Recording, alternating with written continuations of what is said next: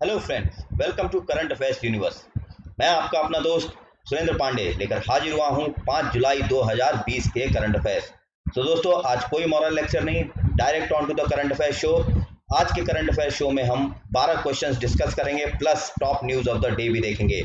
यदि आप लोगों को मेरे top news of the day देखने हैं तो आप लोग मेरा इंस्टाग्राम पेज भी फॉलो कर सकते हैं, प्लस मेरे फेसबुक पेज को भी फॉलो कर सकते हैं जो कि करंट अफेयर्स यूनिवर्स के नाम से है। आप लोगों को वहाँ पे do you know series, economic concept series और top news of the day जो है सुबह सुबह मिल जाता है। ठीक है दोस्तों, तो चलिए शुरुआत करते हैं अपने करंट अफेयर शो की। लेकिन उससे पहले यदि आप लोगों को मेरा वीडियो पसंद आए तो मेरे चैनल को सब्सक्राइब करें और मेरे वीडियो को लाइक और शेयर जरूर करें अपने दोस्तों के बीच में, अपने रिलेटिव से। और प्लस जी हाँ, नोटिफिकेशन यानी कि बेल आइकन दबाना ना भूलें, जिससे कि आप लोगों को नोटिफिकेशन बराबर मिलता रहे। तो चलिए देखते हैं top news of the day क्या है। तो top news of the day में है आपका, Delhi lieutenant governor Anil Baijal inaugurates world's largest COVID care centre.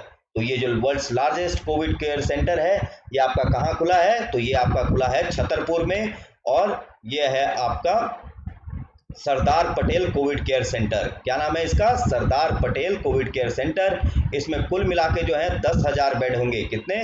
कुल मिला के 10,000 बेड होंगे, और दुनिया का सबसे बड़ा जो है ये कोविड केयर सेंटर है। इसके अलावा जो है हम बात करें तो इसको जो पूरा इसका संचालन जो करेगा वो है आपका आईटीबीपी यानी कि इंडो तिब्बतन बॉर्डर पुलिस, जिसके कि डायरेक्टर जनरल कौन है? इसके डायरेक्टर जनरल है एस देसवाल। किसके? तो आपका आईटीबीपी के। और आईटीबीपी जो है ये कब आई थी? तो ये आई थी आपकी 24 अक्टूबर 1962 में, यानी कि इंडो चाइना वॉर के बाद जो है ये इसकी स्थापना हुई थी। किसकी? Indo Tibetan border police force की, आईटीबीपी।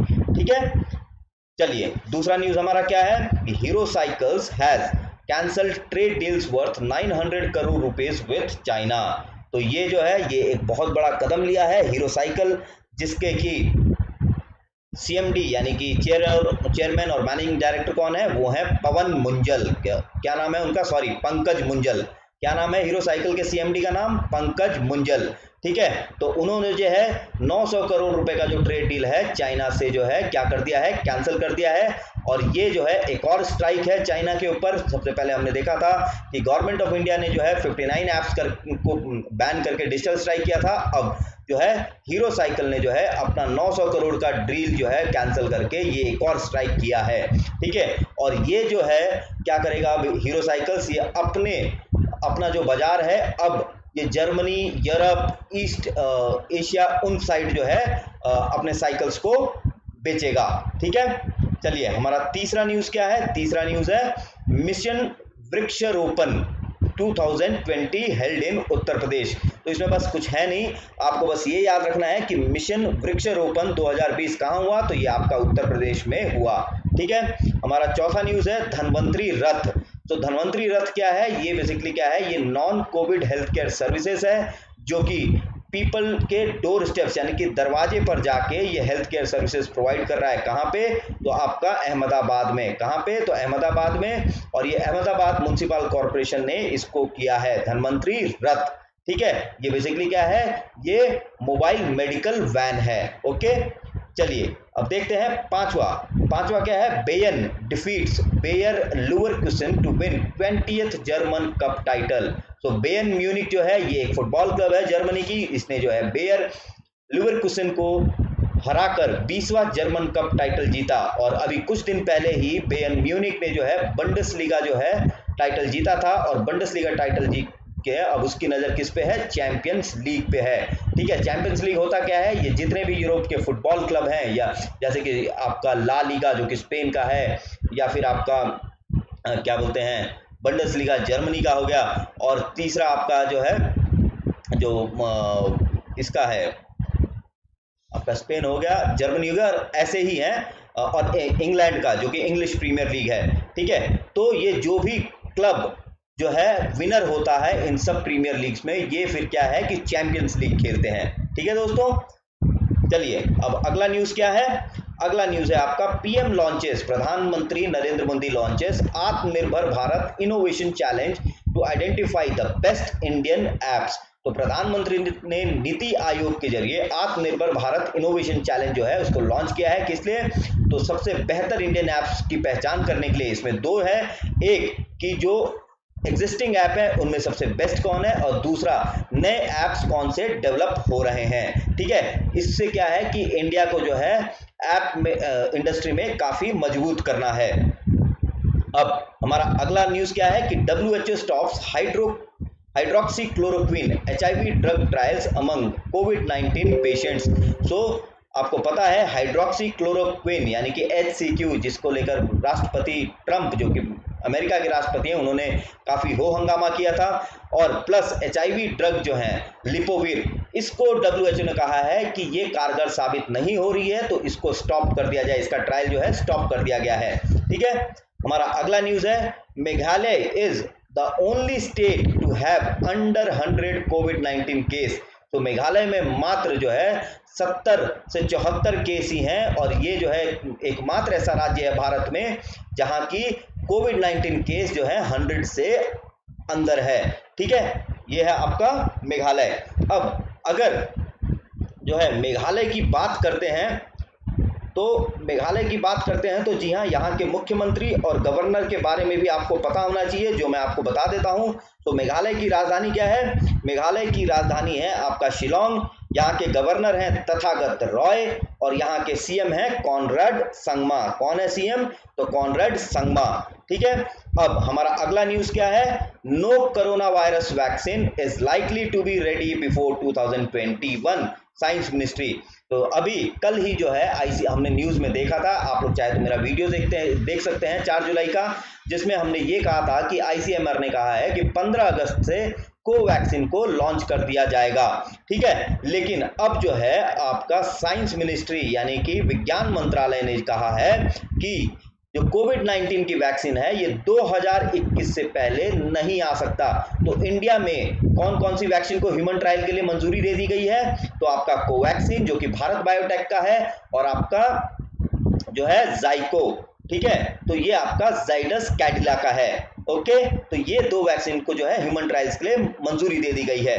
अब हमारा आज last news of the day क्या है? Last news of the day है कि डीकॉक यानी कि Quinton de Kock and Laura Wolvaardt named South Africa's men's women's cricketer of the year. यानी कि men's cricketer of the year कौन है साउथ अफ्रीका के? वो हैं क्विंटन डीकॉक। और women cricketer of the year कौन है? तो वो है लौरा वोल्वाट। ठीक है, इसके अलावा जो है ODI cricketer of the year है वो लुंगी निगडी है, और T20 cricketer of the year भी लुंगी निगडी है।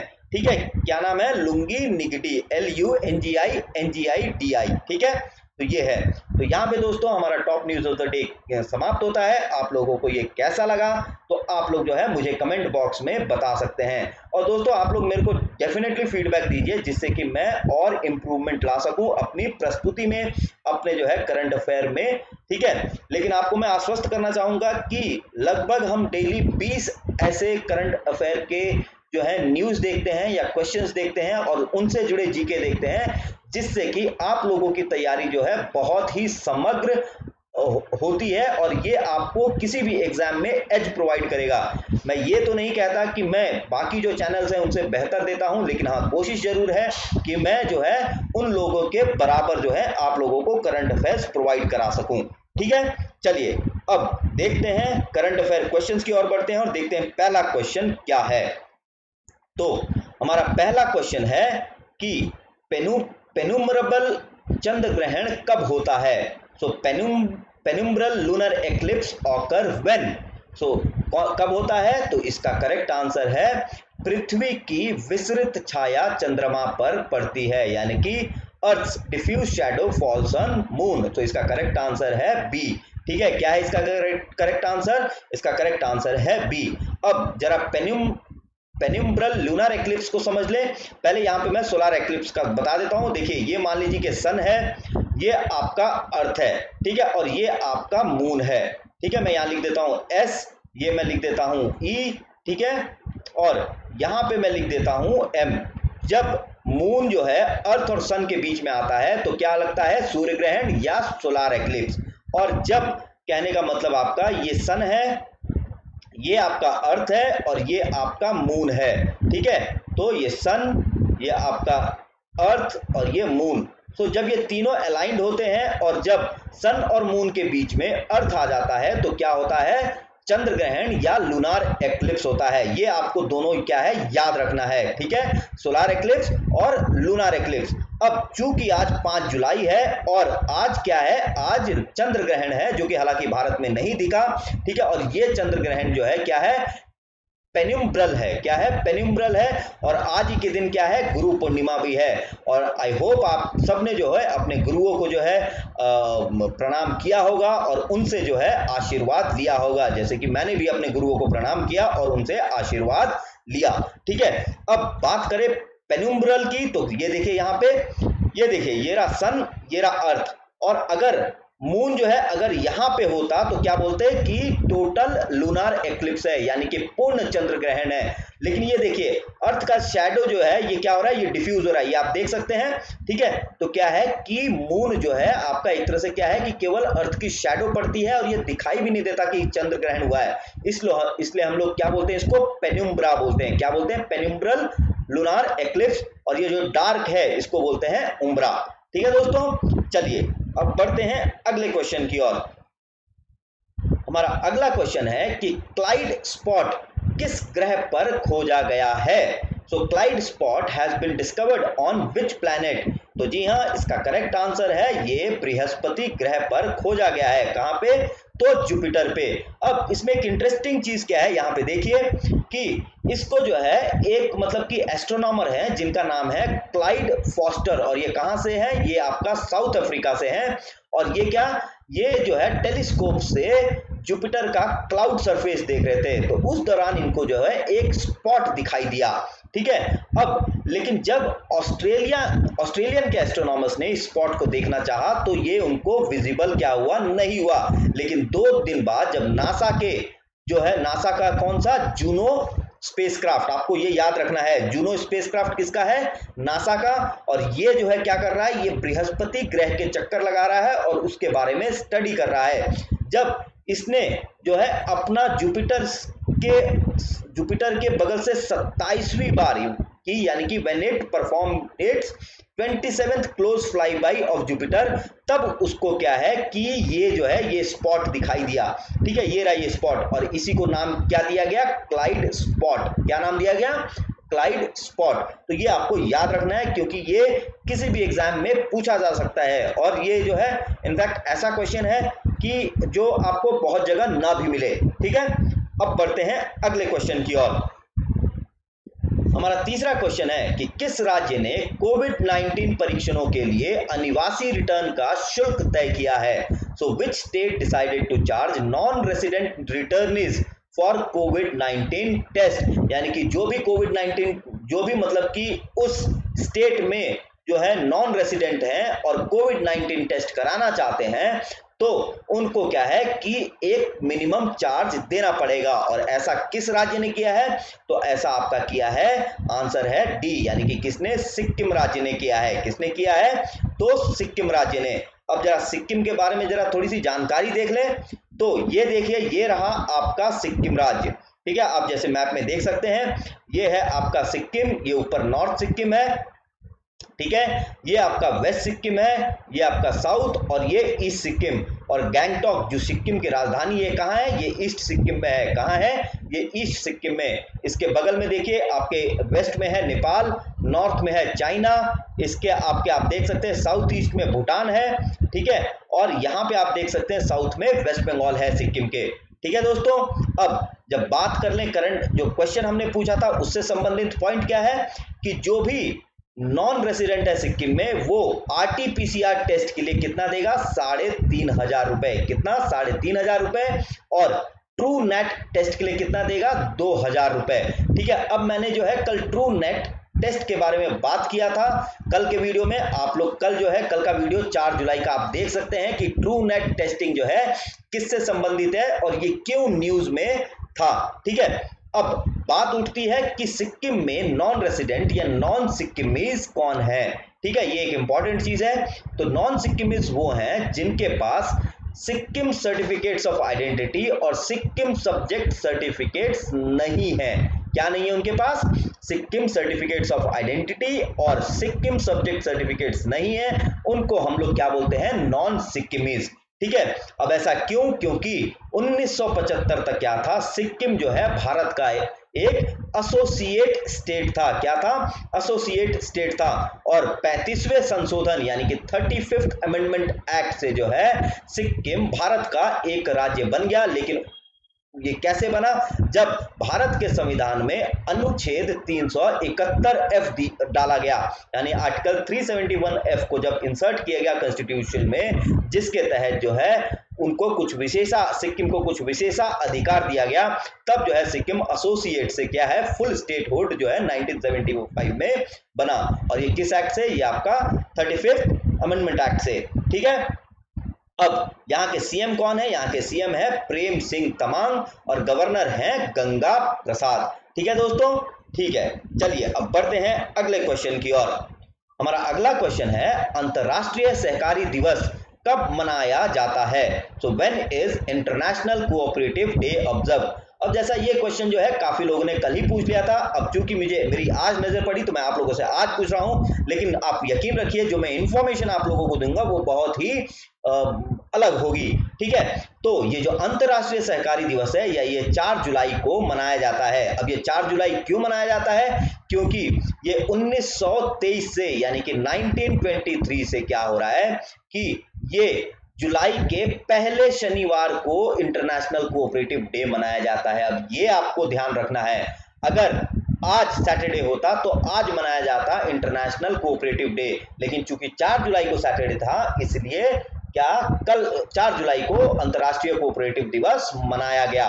ठीक है, तो यानी कि फर्स्ट सैटरडे ऑफ जुलाई किस लिए ऑब्जर्व किया जाता है? तो अंतरराष्ट्रीय सहकारी दिवस के रूप में। ठीक है, अब यहां देख लीजिए थोड़ा, तो ये देखिए, ये है लोगो जो यूएन ने रिलीज किया है 2020 4 जुलाई कोऑपरेटिव डे। अब 4 जुलाई कल दोस्तों और एक दिन था, वो क्या था? यूएस का इंडिपेंडेंस डे। क्या था? यूएस का इंडिपेंडेंस डे। तो 1770 एग्जैक्ट मुझे याद नहीं है, शायद 1774 या 1776 में 4 जुलाई को यूएस जो है इंडिपेंडेंस हुआ था, आजाद हुआ था। ठीक है, तो कल यूएस इंडिपेंडेंस डे भी था। और जी हाँ दोस्तों, एक मूवी भी है इंग्लिश में, जुलाई 4 आईडी, विल स्मिथ की है, आप जरूर देखें, ये काफी पुरानी और काफी अच्छी मूवी है। ठीक है, तो इंटरनेशनल डे ऑफ कोऑपरेटिव्स ये जो है यूएन ने कल ये लोगो रिलीज किया। ठीक है, अब बात करें थीम की, तो 2020 का थीम क्या है? कोऑपरेटिव्स फॉर क्लाइमेट एक्शन, यानी कि क्लाइमेट एक्शन के लिए क्या? तो कोऑपरेटिव्स का इस्तेमाल करना। ठीक है, अब इंडिविजुअली तो ठीक है, लेकिन जब सहकारी आंदोलन होगा क्लाइमेट एक्शन को लेकर तो जी हाँ, सही मायने में ये ग्रास रूट लेवल पे आंदोलन कहलाएगा। किस चीज को? जलवायु परिवर्तन को रोकने के लिए।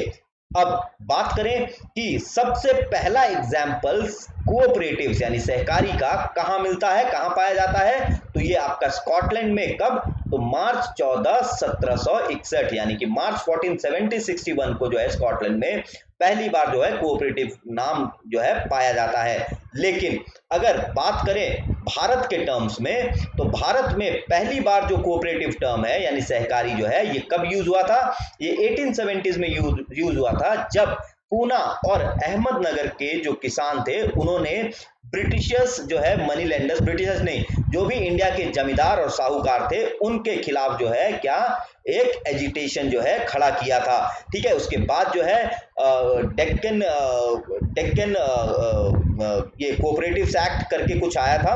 ठीक है, मुझे अभी सही से याद नहीं है, 1789 या 1879 में। ठीक है, उसके बाद एक एक्ट आया था जिसके तहत जो है इनको कोऑपरेटिव्स को रिकॉग्नाइज किया था। ठीक है, और 1904 में जो है पहली बार जो है कोऑपरेटिव एक्ट इंडिया में आया था। कब? कोऑपरेटिव्स एक्ट कब आया था? 1904 में। लेकिन इसकी नींव कब रखी गई थी? तो ये 1870s में।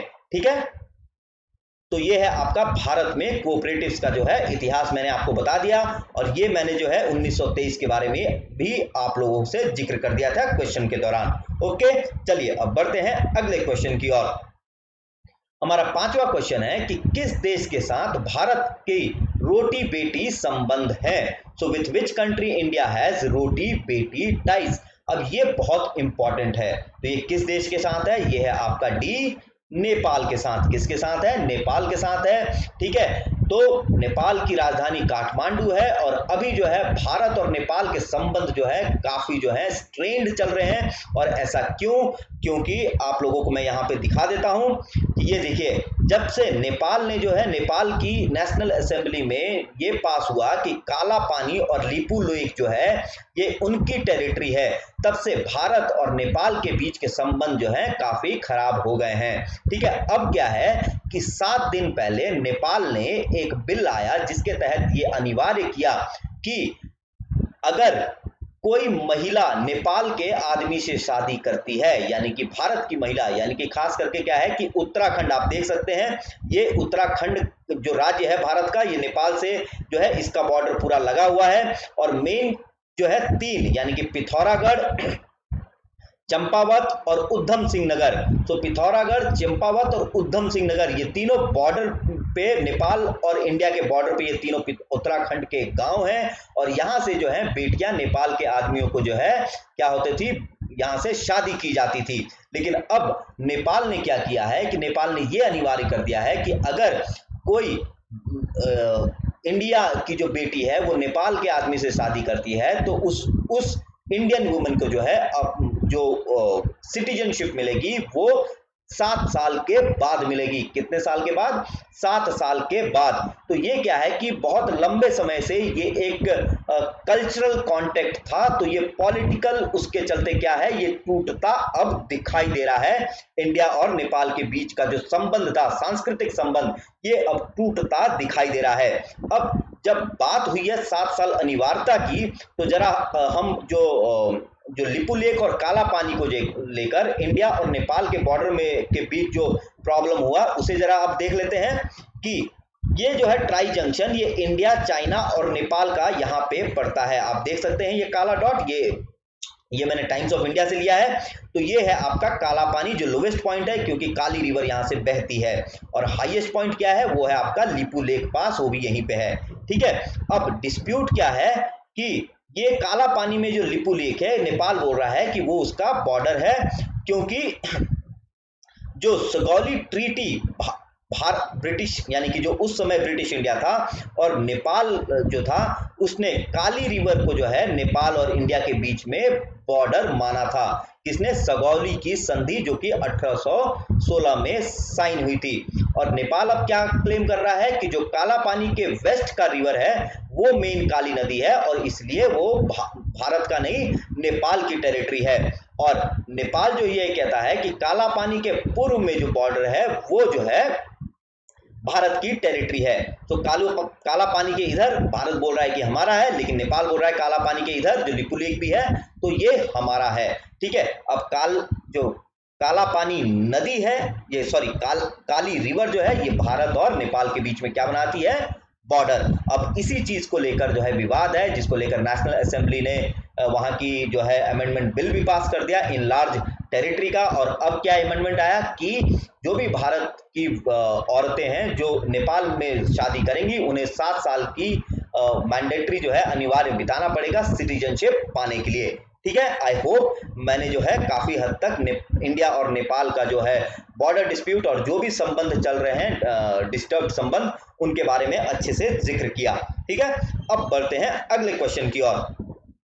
हमारा अगला क्वेश्चन है कि लुजोन द्वीप किस देश से संबंधित है? So Luzon island belong to which country? अब दोस्तों ये भी एक important current affair based question है, मैं बताऊंगा क्यों। ठीक है, तो पहले जान लेते हैं इसका आंसर।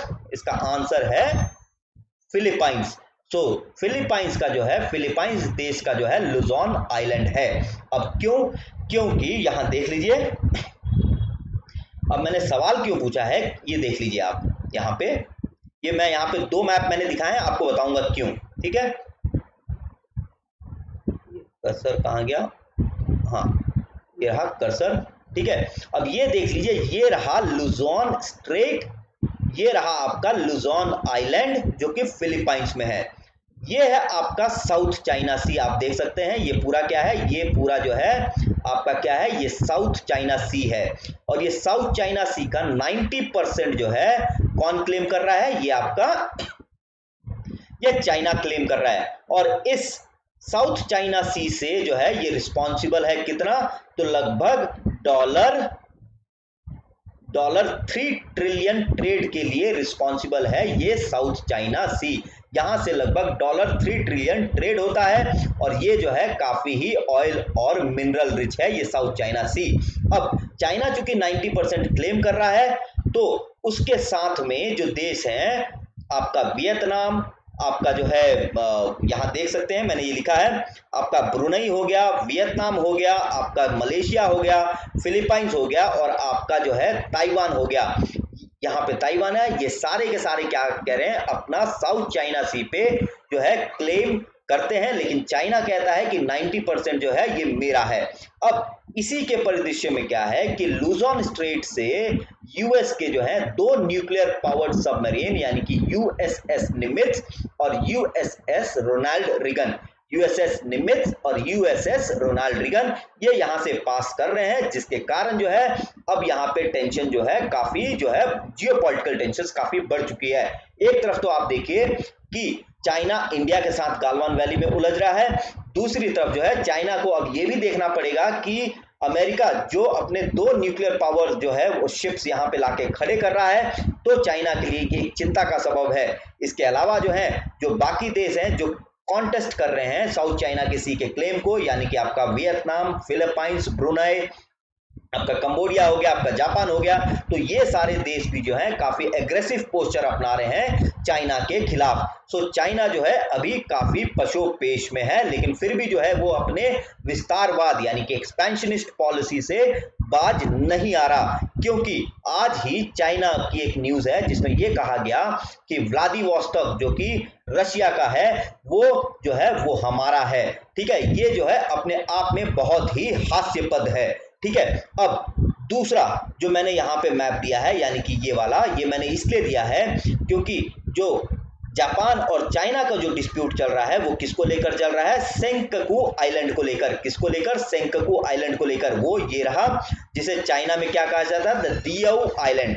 ठीक है, इसको लेकर भी काफी डिस्प्यूट चल रहा है। और ये देखिए ये जो बाउंड्री है, ये बाउंड्री जो है ये चाइना क्लेम कर रहा है और ये बाउंड्री जो है ये जापान क्लेम कर रहा है। तो आप समझ सकते हैं जियोपॉलिटिकल जो है टेंशन्स अभी काफी बढ़े हुए हैं, और वो भी कब, जब पूरे विश्व भर में एक पैंडेमिक कोरोना वायरस के रूप में छाया हुआ है।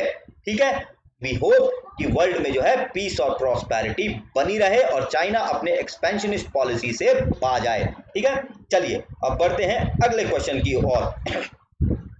हमारा अगला क्वेश्चन है कि पहले ब्रिटिश ब्लैक अभिनेता का नाम बताइए जिनका हाल ही में निधन हो गया।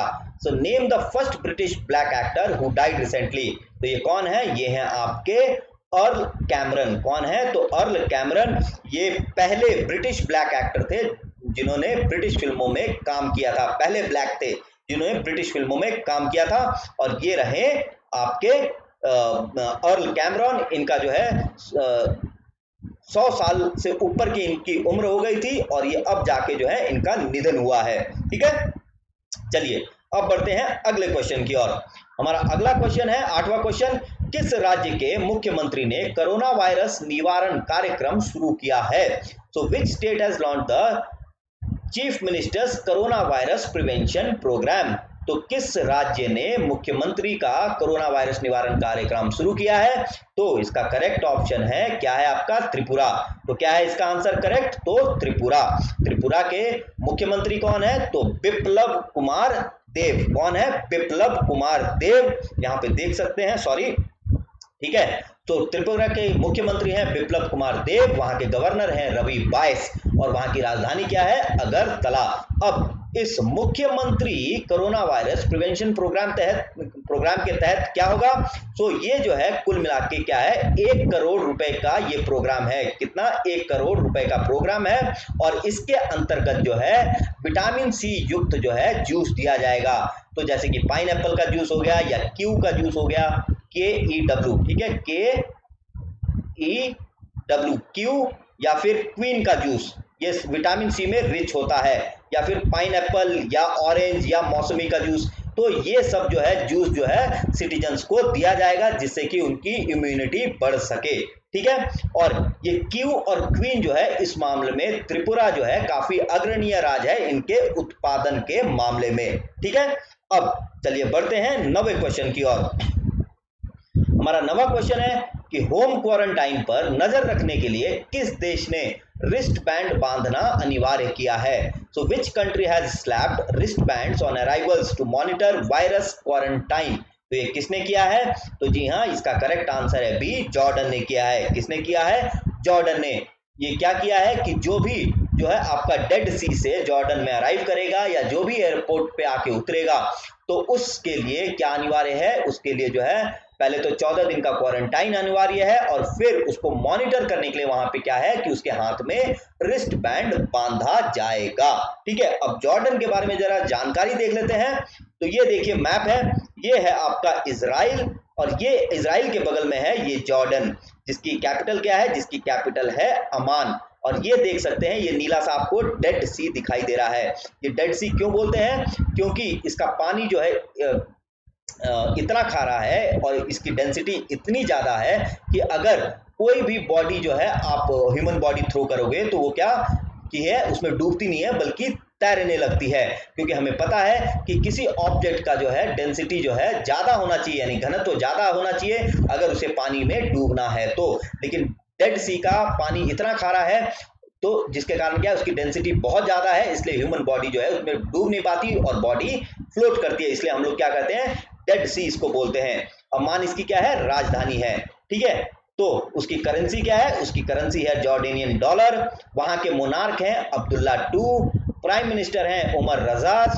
और जॉर्डन जो है किसके लिए जाना जाता है? पेट्रा सिटी के लिए जाना जाता है, जिसको रोज सिटी भी बोलते हैं। और ये क्या है? ये आर्कियोलॉजिकल साइट है। क्या नाम? पेट्रा, जिसको हम रोज सिटी भी बोलते हैं। और ये आप लोगों को याद रखना है। ठीक है, चलिए अब बढ़ते हैं अगले क्वेश्चन की ओर। हमारा 10वां क्वेश्चन है कि सौर ऊर्जा संपत्ति विकसित करने के लिए किन दो नवरत्नों ने जॉइंट वेंचर का गठन किया है? So which two Navratnas have formed joint venture to develop solar power assets? तो ये कौन है? ये है आपका NLC और CIL। कौन? तो NLC और CIL, यानी कि NLC मतलब निविली लिग्नाइट कॉर्पोरेशन और CIL मतलब कोल इंडिया लिमिटेड। ये दोनों ही क्या है? ये नवरत्न है। तो भारत में कुल मिला के कितने? 14 नवरत्न हैं। कितने हैं? 14 नवरत्न कंपनीज हैं और 10 जो है महारत्ना कंपनीज हैं। ठीक है, और ये जो भी ऑप्शन मैंने यहाँ दिए हैं ये सारे क्या है? ये नवरत्न है। NALCO, PFC, NLC, CIL। ठीक है, अब NLC और CIL के बारे में जरा जानकारी देख लेते हैं। तो सबसे पहले आपको बता दें कि कुल जो पावर डेवलप किया जाएगा सोलार और थर्मल पावर वो होगा 5000 मेगावाट। और ये जो टोटल इन्वेस्टमेंट होगा कितना होगा? 12000 करोड़ का। और ये जो जॉइंट वेंचर होगा 50-50 के हिस्सेदारी में होगा।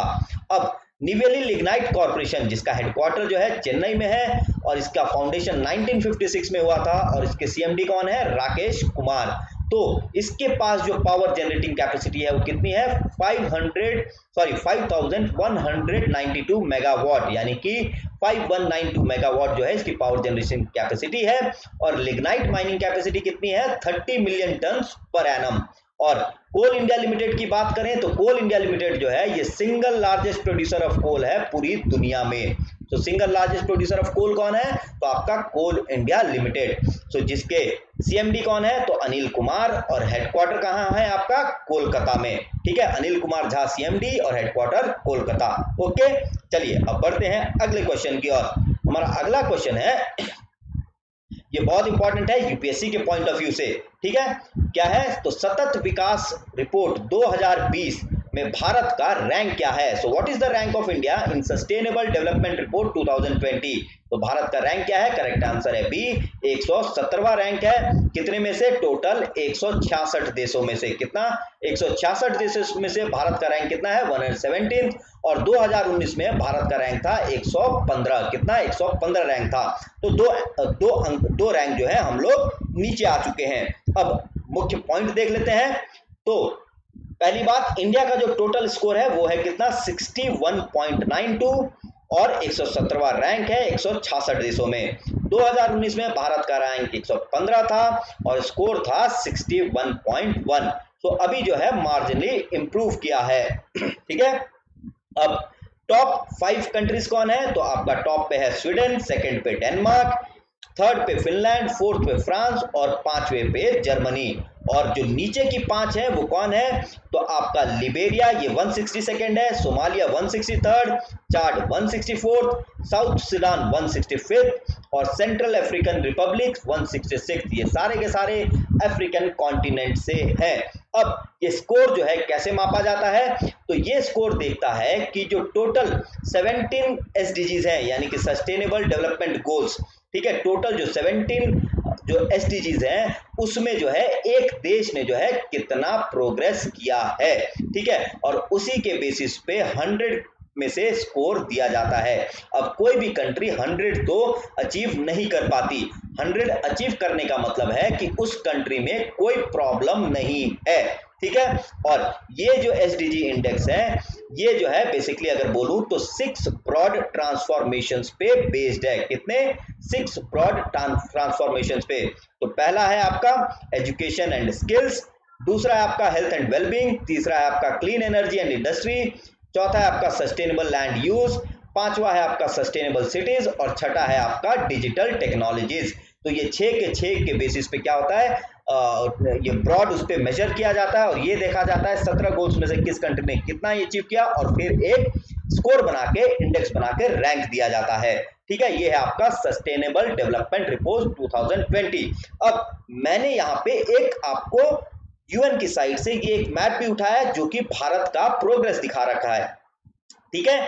जो रेड में है वो है आपका मेजर चैलेंज, जो ऑरेंज में है वो है सिग्निफिकेंट चैलेंज, जो येलो में है वो चैलेंज रिमेन्स और जो आपका ग्रीन में है उसका मतलब है एसडीजी क्या हो गया है, अचीव हो गया है। और अगर ट्रेंड की बात करें तो रेड में जो है इसका मतलब है कि जो चीजें हैं घट रही हैं और जो ऑरेंज यानी कि इस तरीके से है चीजें स्टैग्नेंट है, यानी कि गोल्स जो है अचीव नहीं हो रहा है बल्कि चीजें जो है मूव नहीं कर रही, प्रोग्रेस नहीं हो रहा और चीजें स्टैग्नेंट है। फिर येलो का मतलब है मॉडरेटली इंप्रूव हो रहा है, ग्रीन का मतलब है कि एसडीजी अचीव करने के ट्रैक पे है, ठीक है। तो आप जो है मेरे वीडियो को दोबारा देख लेना, ठीक है, जिससे कि आपको समझ में आएगा कि इंडिया जो है किस किस एसडीजी में कितना इंप्रूव कर रहा है, कितना अचीव कर चुका है। सो टोटल 17 है और ये मैंने यहाँ पे दिया है, तो आप जो है इन इंडिकेटर से समझ लेंगे, ठीक है, क्योंकि अगर मैं बताने जाऊंगा तो आपका और टाइम चला जाएगा। ओके, चलिए अब बढ़ते हैं अगले क्वेश्चन और अपने अंतिम क्वेश्चन पे। हमारा अंतिम क्वेश्चन क्या है कि चंबल एक्सप्रेसवे परियोजना किस राज्य से होकर गुजरेगी?